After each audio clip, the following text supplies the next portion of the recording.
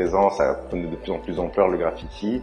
Et en fait, je me suis dit, mais je peux dessiner sur des feuilles, mais je peux dessiner encore aussi en plus grand. Et donc, j'ai commencé à acheter mes premières bombes et à graffer tout le temps, mettre toutes mes économies là-dedans.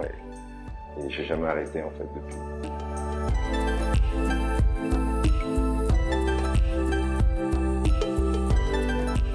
Toute personne qui fait tout le temps les mêmes gestes, au bout d'un moment, il commence à devenir de plus en plus précis. C'est-à-dire que je suis quand même parti d'une idée de base, mais il y a beaucoup d'improvisation. Donc du coup, en fait, je me surprends sur des nouvelles formes que je crée. Quand on a vu ton travail, ce qui nous a marqué tout de suite, c'était ta capacité finalement à créer dans l'espace. Et nous, c'était ce cheminement qui nous intéressait, c'est qu'on voulait vraiment que la Blue Factory, au sein du bâtiment de l'ESCP, soit un endroit qui attire, rassemble, croise les étudiants, les professeurs, les collaborateurs.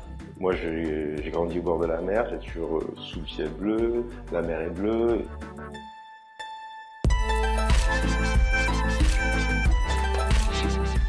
Très importante dans mon travail et qui aussi détermine en fait la Blue Factory. Et là, il y avait en plus l'idée du côté des fonds marins, donc travailler sur les coraux, travailler sur des formes très organiques. Et du coup, j'ai un peu composé toute cette œuvre-là autour d'une danse en fait, de porte en porte, qui part de l'ascenseur et qui déboule en fait, et qui tourne, qui se balance et qui rebondit et qui avance jusqu'au dernier bureau de la Blue Factory. Et en fait, c'est les couleurs qui vont en fait diriger ma composition. Il y a un jeu de respiration, de gestuelle, de liberté. C'est une danse en fait, je pense aussi, la peinture.